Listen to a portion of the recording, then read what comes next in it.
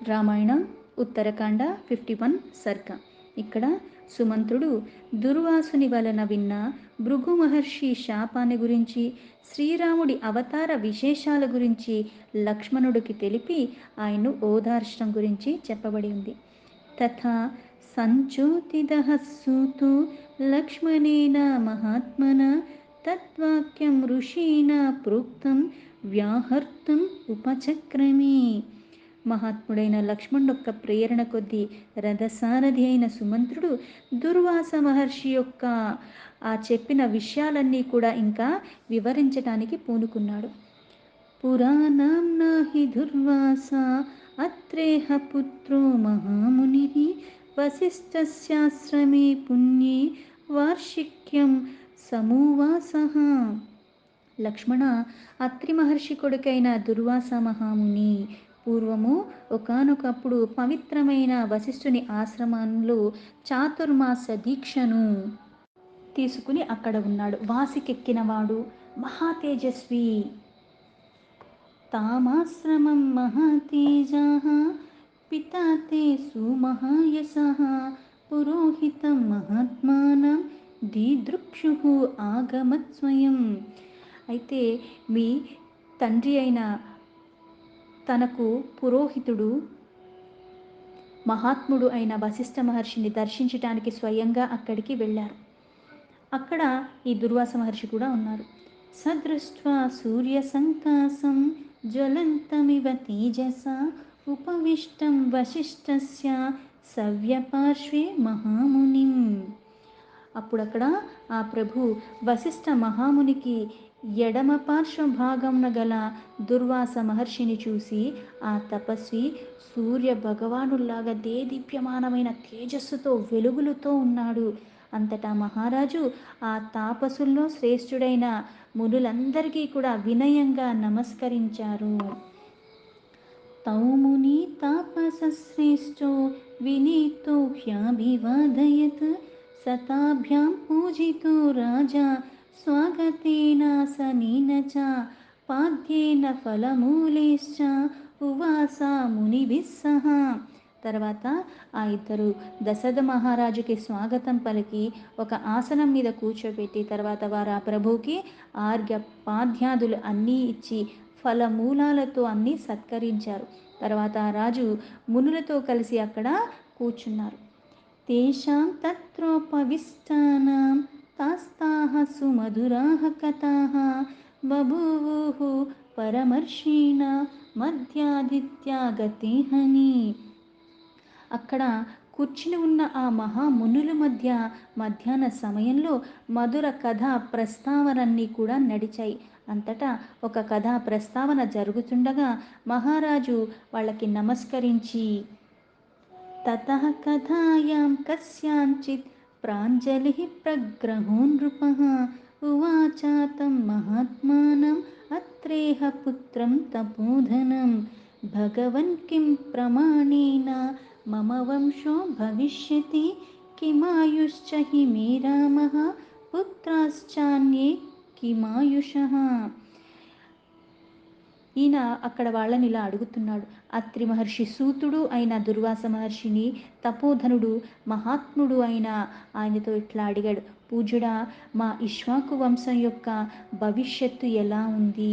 మా కుమారులైన రామ లక్ష్మణ భరత శత్రుఘ్నుడి యొక్క ఆయుష్ సౌభాగ్యాలు ఎలా ఉన్నాయి? రామస్య చ సుతాయే స్యుః తేషాం ఆయుః కియద్భవేత్ కామ్యయా భగవన్ బ్రూహి వంశస్య అస్య గతిం మమ. తచ్చుత్వా వ్యాహృతం వాక్యం రాజ్ఞో దశరథస్య చ దుర్వాసాః సుమహాతేజా వ్యాహర్తుం ఉపచక్రమే. పూజ్య మహాముని, వారి పుత్రుల యొక్క ఆయుష్ ప్రమాణం ఎలా ఉన్నది అని, మా వంశం యొక్క స్థితిగతులు ఎలా ఉన్నాయి, వీటిని గురించి దయతో చెప్పరా? దశరథ మహారాజు ఇలా అడగగా ఆ మాటలు విని మిగుల తేజస్వి అయిన దుర్వాస మహాముని మళ్ళీ ఇట్లా చెప్పటం మొదలుపెట్టారు. శృణు రాజన్ పురావృత్తం తదా దైవాసురే యుధి దైత్యాః సురేః బత్స్యామానా భృగుపత్నిం సమాశ్రితాః తయా దత్తా అభయస్తత్ర న్యవసన్న భయాస్తథా.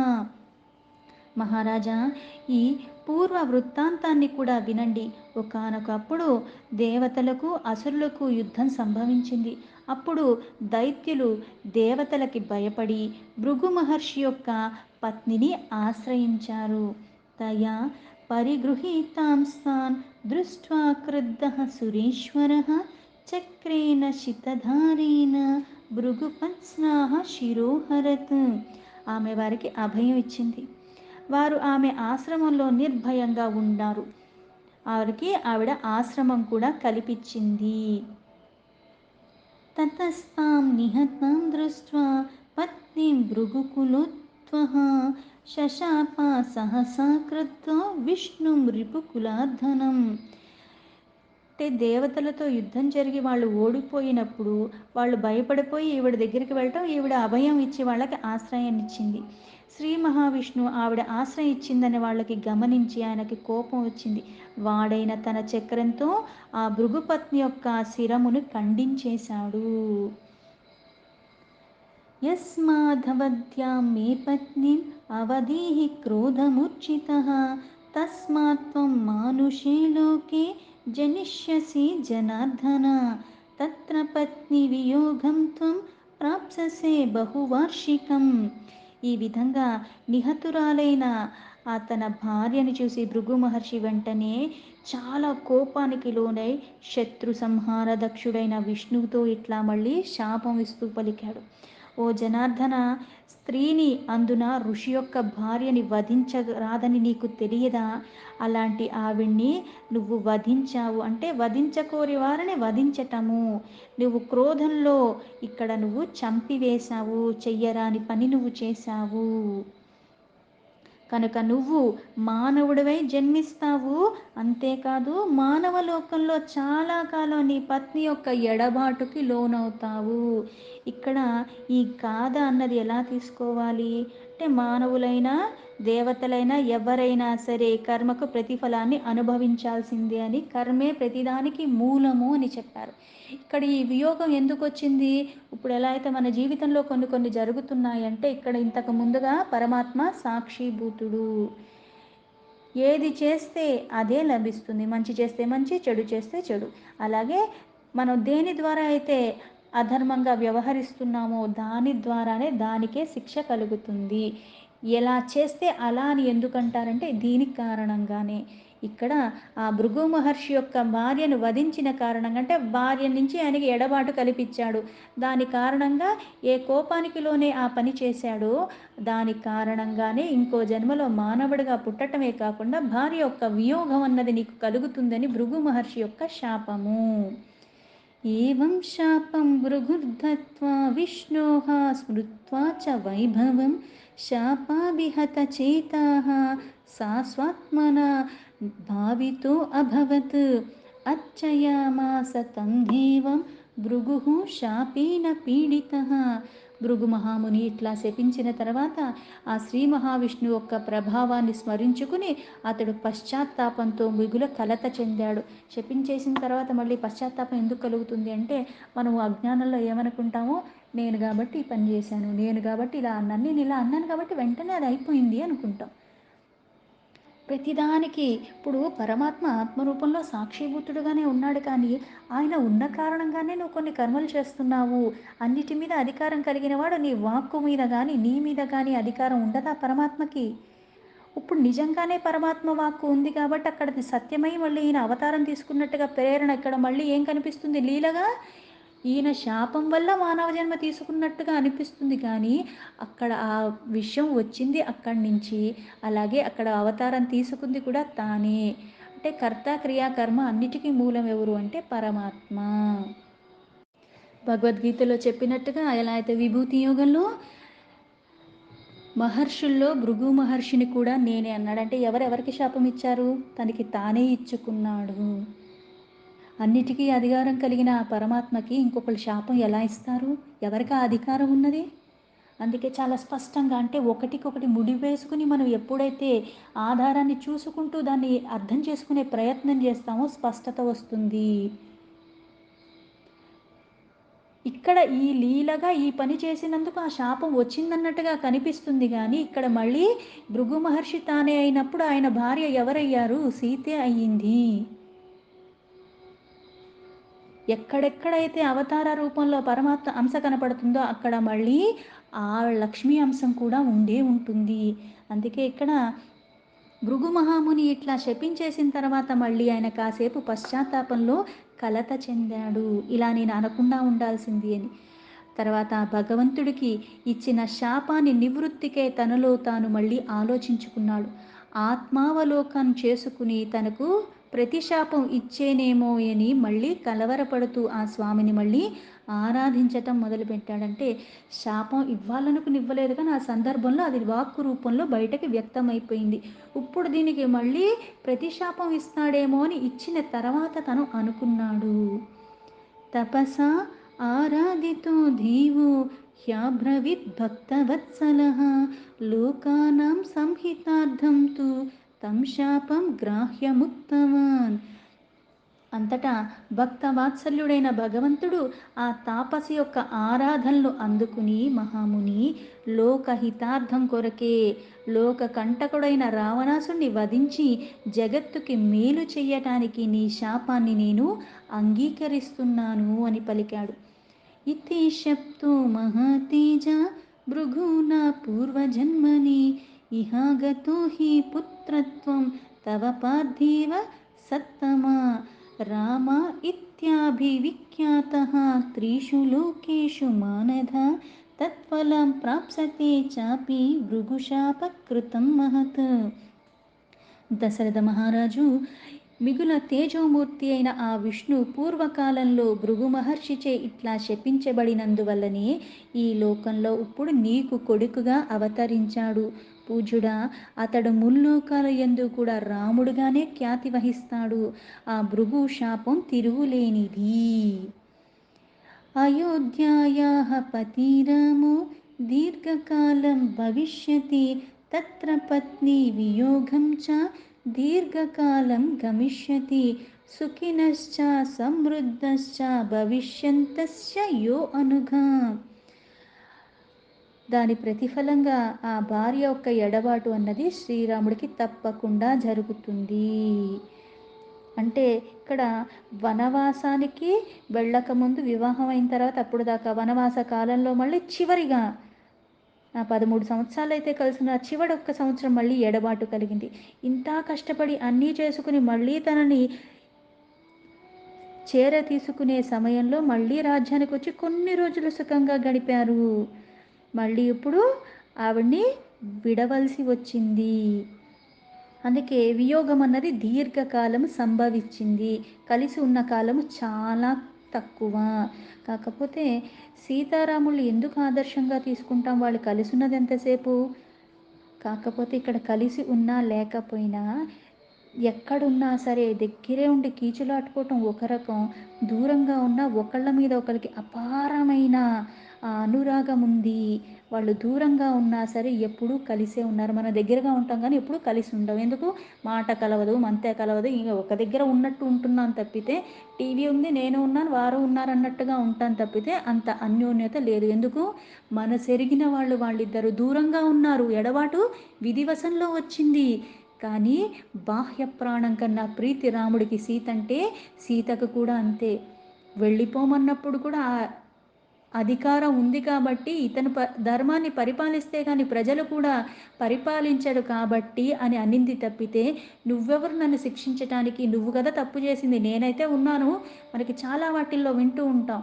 ఇక్కడ పరుల చెంతలో నేనున్నాను, మరి పరుల చెంతనే నువ్వు ఉన్నావు కదా, నీ సాన్నిధ్యంలో నేను కూడా లేను కదా, మరి నువ్వు తప్పు చేసావన్న మాట రాలేదే, ఆ మాట అడగలేదే. వీళ్ళు ఎడబాటులో ఉన్నప్పుడు వాళ్ళు ఎడబాటులోనే ఉన్నారు కదా, వీళ్ళు ఏమీ చెయ్యలేదని అంత గుడ్డిగా నమ్మేస్తారా? అక్కడ ఏమీ తప్పు చేయకపోయినా చేశారన్నట్టుగా నింద మోపేస్తారా? కొన్ని సందర్భాల్లో కొన్ని ఎలా ఉంటాయి అంటే, పిల్లి కళ్ళు మూసుకుని పాలు తాగి నన్ను ఎవ్వరూ చూడలేదన్నట్టుగా. ప్రపంచం మొత్తం నిన్ను చూస్తున్నప్పటికీ కూడా కొన్ని కొన్ని ఎలా ఉంటాయి, వీళ్ళిద్దరిలో ఏంటి అమూల్యమైనది అంటే, భావన మాత్రం చేత కూడా మనస్సులో కూడా ఎక్కడ కించిద్దైనా సరే ఒకళ్ళ మీద ఒకళ్ళకి అపనమ్మకం కలిగేలాగా ఎక్కడా నడుచుకోలేదు. ఎల్లవేళలా సీతెప్పుడు రాముడినే స్మరిస్తూ ఉంది, రాముడెప్పుడు సీతనే ధ్యానిస్తూ ఉన్నాడు. ఆ సీత మీద మమకారం అటువంటిది ఆయనకి. ఎక్కడున్నా సరే సీత అంటే అంత గౌరవం, ఎక్కడ తనకెంత ధర్మం తెలుసో తనకన్నా బాగా తెలిసింది. అందుకే ఇలా రాజు ఆజ్ఞ అనేసరికి అంత చిటికలో అంత దుఃఖం తనకి వస్తున్నా సరే, విడిచిపెడుతున్నా సరే అందులో అంతర్యాన్ని గ్రహించగలిగింది. రాజు ధర్మాన్ని తప్పితే ప్రజలందరూ కూడా తప్పుతారు. అందుకని ఆ ధర్మానికి కట్టుబడి ధర్మ పరిపాలన అన్నది కొనసాగించమని ఎందుకు చెప్పింది? దానివల్లే వదిలేశాడు కదా! నా ఎడబాటుకి నాకెంత దుఃఖం కలుగుతుందో రాముడికి అంతే కలుగుతుంది. ఆ దుఃఖంలో మళ్ళీ ఇవన్నీ విస్మరించకుండా అదే వ్యవహరించు అని మాటగా చెప్పింది. అంతేగాని నన్నెందుకు వదిలేశావు? నువ్వెవరు నన్ను వదిలేయటానికి? ఇక్కడ వదిలేయటమేంది కదా! ఏదైనా నన్నక్కడ నా తండ్రి దగ్గరికి తీసుకెళ్ళొచ్చు కదా! నేను అక్కడికి వెళ్ళకూడదా? నువ్వు ఇక్కడ వదిలేస్తే నేను అక్కడికి వెళ్ళనా? ఇన్ని మాటలు రాలేదు. వాళ్ళిద్దరూ అంత ధర్మాన్ని చాలా క్షుణ్ణంగా ఆచరించిన వాళ్ళందరికీ అన్నీ తెలుస్తాయి గానీ మనం ఆచరణలో పెట్టలేము. వాళ్ళకి ఎంత చక్కగా తెలుసో దానికన్నా రెట్టింపుగా వాళ్ళు ఆచరించి చూపిచ్చారు. అందుకే ఇక్కడ ఈ ప్రతిఫలంగా వాళ్ళిద్దరికీ ఎడబాటు తప్పదు. శ్రీరాముడు అయోధ్య నగరం అంటే ఆ కౌసల రాజ్యానికి చాలా కాలం ప్రభువుగా ఉంటాడు. కానీ భార్య వియోగంలోనే ఎక్కువ ఉంటాడు. దశవర్ష సహస్రాని దశవర్ష శతాని చ రామో రాజ్యం ఉపాసిత్వా బ్రహ్మలోకం గమిష్యతి. ఈ ప్రభు పరిపాలనలో ప్రజలందరూ కూడా సుఖశాంతులతో, అంటే ఈయన పరిపాలించేటప్పుడు ఈయనకు ఆ సుఖం లేదు, ఈయనకు ఆ శాంతి లేదు, కానీ ప్రజలందరూ కూడా పరమసుఖంగా ఉంటారు. ఇలా సమత్స అన్ని రకాలుగా సంపత్తులతో సమృద్ధిగా ఉంటారు అందరూ. శ్రీరాముడు 11,000 సంవత్సరాలు రాజ్య పరిపాలన చేసిన తర్వాత పరమపదమైన వైకుంఠానికి చేరుకుంటాడు. సమృద్ధశ్చాశ్వమేధైశ్చ ఇష్ట్వా పరమధుర్జయః రాజవంశాశ్చ బహుశో బహూన్ సంస్థాపయిష్యతి. తిరుగులేని విజేత అయిన శ్రీరామచంద్ర ప్రభు అశ్వమేధాలు కూడా ఇట్లాంటి యాగాలు పుష్కలంగా చాలా ఎక్కువగా సమృద్ధిగా చేస్తాడు. ప్రజల్ని కూడా చాలా చక్కగా అందరినీ పరిపాలిస్తాడు. పలు రాజ్య వంశాలను కూడా అన్ని ఇతన స్థాపిస్తాడు. ద్వౌ పుత్రౌ తు భవిష్యేతే సీతాయాం రాఘవస్య తు అన్యత్ర న త్వయోధ్యాయాం సత్యమేతన్న సంశయః. సీతాయాశ్చ తతః పుత్రౌ అభిషేక్ష్యతి రాఘవః. శ్రీరాముడికి సీతాదేవి వల్ల 2 కొడుకులు కలుగుతారు. ఆ 2 కొడుకులు అయోధ్య అందుగాక మరి ఒక చోట జన్మిస్తారు. ఇది నిశ్చయము. సీతాదేవి అందు కలిగిన ఆ 2 కుమారులు కూడా ఆ రాముడొక్క కౌసల రాజ్యానికి పట్టాభిషిక్తులు అవుతారు అని చెప్పాడు. అంటే ఎడబాటు అవుతుంది. ఇప్పుడు అపవాద కలిగింది, ఎడబాటు అయ్యింది. గర్భంతో ఉన్నప్పుడే అపవాద అయిన తర్వాత కూడా మళ్ళీ ఆ పిల్లలు, అంటే ఇక్కడ నిందెవరి మీద పడింది? ఆ బాధ్యత మళ్ళీ పిల్లల మీద వెయ్యలేదే. ఆ పిల్లల్ని మళ్ళీ కాలానుగుణంగా మళ్ళీ రాముడికి వాళ్ళ కలయిక కలగటం, మళ్ళీ వాళ్ళని తీసుకొచ్చి మళ్ళీ పట్టాభిషేకం కూడా జరిగింది. కాకపోతే విధి వీళ్ళిద్దరికీ మాత్రం ఎడబాటు అన్నది తథ్యము. సా సర్వమఖిలం రాజ్ఞో వంశస్యాః గతాగతం ఆఖ్యాయాసు మహాతేజాః తుష్ణీమాస్మిన్ మహామునిః. ఈ విధంగా దుర్వాస మహర్షి ఇక్ష్వాకు రాజవంశం గురించి సంబంధించిన భూత భవిష్యత్ వర్తమానాలు, అంటే ఇంతకు పూర్వం ఏ ఘటన ద్వారా మానవ అవతారం ఎత్తవలసి వచ్చిందో, అలాగే భవిష్యత్తులో ఆయనకి ఏమేమి జరుగుతాయో ఈ 3 కూడా దశరథ మహారాజుకి విపులంగా చెప్పారు. దివ్య తేజస్వి అయిన ఆ మహాముని ఇలా వచించి మళ్ళీ మౌనంగా ఉండిపోయారు. తూష్ణీం భూతే తథా తస్మిన్ రాజా దశరథో మునో అభివాద్య మహాత్మానో పునరాయాత్ పురోత్తమం. ఏతద్వచో మయా తత్ర మునీనా వ్యాహృతం పురా శృతం హృది చ నిక్షిప్తం నా అన్యదా తద్భవిష్యతి. ఆ మహర్షి మౌనాన్ని వహించి ఉండగా దశరథ మహారాజు మహాత్ముడైన ఆ ఇద్దరు మునులకి, ఇటు వశిష్ఠుల వారికి, దుర్వాస మహర్షికి కూడా నమస్కరించి వారి నుంచి సెలవు తీసుకున్నారు. ఆ పురశ్రేష్టమైన అయోధ్య నగరానికి మళ్ళీ బయలుదేరి వచ్చేశారు. వీళ్ళు వనవాసం చేసే ఆ సమయంలోనే ఎలా అయితే భరతుడు వచ్చి వెళ్ళిపోయిన తర్వాత అక్కడి నుంచి దండకరణ్యానికి వెళ్ళేటప్పుడు అత్రి మహర్షి యొక్క ఆశ్రమానికి వెళ్ళారు రాముడు సీత. అక్కడ వాళ్ళిద్దరు ఆశీర్వచనాలు ఇవ్వటమే కాకుండా అత్రి మహర్షి యొక్క భార్య అయిన అనసూయాదేవి ఆవిడికి ఎంతోలాగా సీత యొక్క పాతివ్రత్య ధర్మాన్ని కొనియాడుతూ ఆవిడికి బోళ్ళు బోళ్ళు కానుకలు సమర్పించింది. ఆ అత్రి మహర్షి యొక్క కొడుకే దుర్వాస మహర్షి. ఆయన ఎప్పుడో చెప్పాడు ఇవన్నీ కూడా. ఏవం గతేన సంతాపం కర్తుమర్హసి రాఘవ సీతార్థే రాఘవాద్దేవ దృఢో భవ నరోత్తమ. లక్ష్మణ, లోకడ ఏదైతే దుర్వాస మహర్షి చెప్పారో ఆ విషయాలన్నీ నా హృదయంలోనే నేను పదిలంగా ఉంచుకున్నాను. వాటిని ఇప్పుడు నీకు నేను వివరించాను. ఆ ఋషి చెప్పిన మాటలన్నీ కూడా వ్యర్థం కావు, అవి సత్యమత ఋషివాక్కు దైవవాక్కు అంటారు. అందుకే లక్ష్మణ, ఇది విధి నిర్ణయం అవట వల్లనే సీతాదేవి కొరకు కానీ రామచంద్ర ప్రభువుకు గారు కానీ మనము బాధపడద్దు. శ్రుత్వా తు వ్యాహృతం వాక్యం సూతస్య పరమాద్భుతం ప్రహర్షం అతులం లేభే సాధు సాధ్వీతి చాభ్రవిత్. నరోత్తమ, ధైర్యాన్ని వహించు. రథసారి అది అయిన సుమంత్రుడు ఈ విధంగా అద్భుతమైన మాటలు చెప్పాడు లక్ష్మణుడికి. చెప్పి లక్ష్మణుడు ఎంతో సంతోషించాడు. తతః సంవధాతు రేవం సూతలక్ష్మణయోః పదిః అస్తమార్గే గతే వాసం కేశిన్యాం తావధూషతు. భలే భలే అని చెప్పి సుమంత్రుడు లక్ష్మణుడు మార్గమధ్యంలో ఇట్లా మాట్లాడుకుంటూ ఆ సూర్యుడు అస్తమించే సమయానికి ఆ కేశిని నదీ తీరంలోకి వచ్చి ఆ రాత్రి అక్కడ గడిపారు. ఇప్పుడు భలే భలే అన్న దేనికి అంటే ఇవన్నీ కూడా లిఖించబడి ఉన్నాయి. అంటే ఏ కారణం చేత రాముడు ఎక్కడైనా సరే కాస్త ధర్మాన్ని తప్పి ఎక్కడన్నా ప్రవర్తించాడేమో అన్న బాధ వచ్చింది. సీతాదేవిని అలా వదిలేయటం లక్ష్మణుడికి నచ్చలేదు. కాకపోతే ఇది విధి నిర్ణయించినది, పూర్వమే అంతా కూడా చెప్పినట్టుగా జరుగుతూ ఉంది అన్న సంతోషము. ఇది ఎవరి చేతుల్లో, ఇది దైవికము. ఇప్పుడు మానవ మాతృలుగా పలానా వాళ్ళ దగ్గర జరిగింది అన్నప్పుడు ఏం చేస్తాం, వాళ్ళని నివారించటం ఇంకోటో మనం చెయ్యొచ్చు. పైగా ఇవన్నీ కూడా మళ్ళీ దైవికంగా సంభవించినప్పుడు ఒకళ్ళ కారణం అవ్వాలి. ఎలా అయితే వనవాసానికి వెళ్ళాలి, అక్కడ మళ్ళీ రావణాసుడు వధ అవ్వాలి అంటే సీతాదేవి అపహరణ జరగాల్సిందే. లేకపోతే రాముడు ఎందుకు యుద్ధం చేస్తాడు? ఇవన్నీ వెళ్ళాలి జరగాలి అంటే అక్కడ కైకేయ నిందాభరితంగానే ఆవిడ వ్యవహరించినప్పుడు ఇవన్నీ జరిగాయి. అలాగే కొన్ని కొన్ని సందర్భాల్లో కొన్ని జరుగుతాయి. అపవాద పడినంత మాత్రాన్ని నిజంగా మనం తప్పు చేసినట్టు కాదు. ఆ చూసేవాడు పరమసాక్షి అయిన వాడు చూస్తూనే ఉన్నాడు. లౌకికంగా వీళ్ళు ఎన్ని అనుకున్నా సరే ధర్మాన్ని తప్పకుండా ఆ పరమాత్మ సాక్షిగా నేను నా జీవితాన్ని గడపాలన్న భావన ఉండాలి. అందుకు సంతోషించి భలే భలే అన్నాడు. మార్గ మధ్యలో ఇవన్నీ చర్చించుకుంటూ వాళ్ళ నదీ తీరానికి చేరుకున్నారు. దీంతో వాల్మీకి మహర్షి విరచితమైన ఆదికావ్యమైన శ్రీమద్ రామాయణంలో ఉత్తరకాండలో 51 సర్గా సంపూర్ణం.